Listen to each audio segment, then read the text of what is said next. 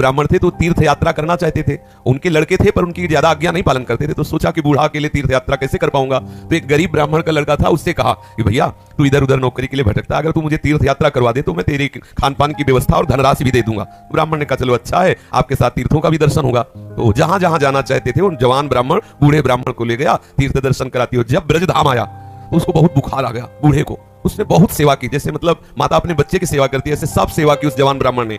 बड़ा द्रवित हुआ बूढ़ा ब्राह्मण, धनी ब्राह्मण था वो। तो गोपाल जी के दर्शन जब करने गया तो उसने कहा बेटा तुमने बहुत सेवा की है, तुम्हें क्या दे सकता हूं? मेरे एक बेटी है, बहुत सुंदर है बेटी और बहुत धन संपत्ति है, मैं तुम्हें दूंगा। बोले देखो बाबा तुम तो यहाँ बोल रहे हो, घर में तुम्हारे जवान लड़के हैं, हमारी पिटाई करेंगे। बोले हम गोपाल जी को साक्षी करके कहते हैं कि अपनी बेटी का ब्याह तुम्हारे से करवा दूंगा और संपत्ति भी दूंगा। बात हो गई। तीर्थ यात्रा करवा के जब घर पहुंचा तो बूढ़े की हिम्मत नहीं कि बात कर सके लड़कों के सामने, क्योंकि बेचारा गरीब ब्राह्मण का लड़का।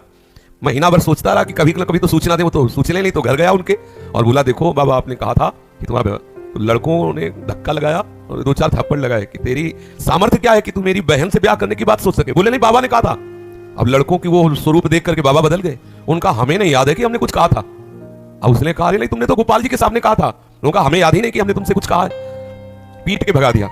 अब उस लड़के को इस बात का बुरा लगा कि तीर्थ यात्रा करके आया और कह रहा कि मुझे याद नहीं है। अब मैं अपनी तरफ से तो कहा नहीं था ब्याह करने की और इसने हमारा अपमान भी करवाया, अब तो ब्याह करके ही रहेंगे। उसके जिद चढ़ गई। उसने पंचायत बुलाई और पंचायत में कहा कि इसने हमें तीर्थ यात्रा के लिए प्रेरित किया, तीर्थ यात्रा ले गया, मैंने इसकी सब सेवा की, इसने ठाकुर जी के सामने मेरे ब्याह की बात कही। तो बोले कोई और गवाही दो तब बात बनेगी। बोले गवाही में तो केवल हम ही और ये बुढ़ा और ठाकुर जी थे।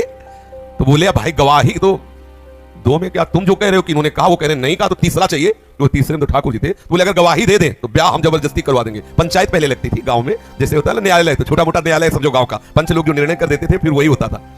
तो बुढ़े से कहा, तो बुढ़ा राजी हो गया क्योंकि उसे पता था गोपाल जी थोड़ी आएंगे।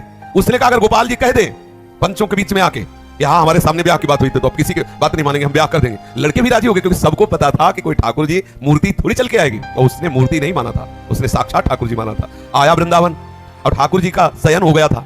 वहां से अब वो बहुत परेशान कि अब कल तक हम रुके फिर ठाकुर जी से बात करें तो ऐसा। अब दरवाजा बंद थे, खटखटाया क्योंकि उसके लिए मूर्ति थोड़ी है। और कहा सुनो गोपाल जी हम तुमसे पूछने आए कि वो जो वृद्ध ब्राह्मण था उसने कहा था कि नहीं तुम्हारे सामने ब्याह की बात। 2-4 बार आवाज लगाई तो वहां से तो कोई उत्तर नहीं आया। फिर बहुत जोर से बोला भड़बड़ा के देखो तुम्हें चैन से सोने नहीं देंगे, हम पैदल चल के आए, भूखे हैं और आप ब्याह की समस्या है और आपको इसका उत्तर दे। छोटी मोटी बात होती तो छोड़ देते, ब्याह की बात है। ठाकुर जी ने अंदर से कहा मूर्ति कहीं चलती है, वहां चल के जब बोले मूर्ति बोलती तो चलेगी क्यों नहीं। ठाकुर जी फंस गए। ठाकुर जी ने अंदर से कहा कि कहीं मूर्ति वहां जाके थोड़ी उड़ीसा में वहां जाके साक्षी थोड़ी देगी, मूर्ति चलती थोड़ी है। बोले महाराज जब मूर्ति बोलती है तो चलेगी क्यों नहीं। अब ठाकुर जी विवश हो गए। ठाकुर जी बाहर निकल के आए, वो सब सेवक लोग सुला के गए थे। समझो कितना भाव में दम है। उसने देखा बहुत सुंदर गोपाल जी साक्षात ठुमुक ठुमुक कर करके आए, नौ किशोर। बोले देखो हम चलने के लिए तुम्हारे भाव के कारण राजी तो है, लेकिन भोग राग की व्यवस्था, क्योंकि हम वृंदावन के ठाकुर, हमें तो चक माल चाहिए, हमको चना चवेना में तो रुकने वाले हैं, रबड़ी गुलाब जामुन ये सब चक चाहिए। तो बोले देखो कुछ रुपया तो है, अब शादी का चक्कर, इसलिए व्यवस्था तो तुम्हारी बनाएंगे ही हम। तो बोले कैसे चलोगे। बोले चलेंगे तो हम पैदल ही, आगे आगे तुम चलना, पीछे पीछे हम चलेंगे, थोड़ी थोड़ी देर में कुछ भोग लिए रहना, हमको भोग लगा देना। बोले अब हम चले और तुम आ रहे हो कि नहीं आ रहे हो मुझे कैसे पता चलेगा। बोले नूपुरों की ध्वनि तुम्हें सुनाई देगी, अगर पीछे मुड़ के देख लिया तो जहां से मुड़ोगे वही हम खड़े हो जाएंगे, आगे नहीं चलेंगे। बात तय हो गई। चल दिए ठाकुर जी। अब आप देखो क्या मूर्ति है।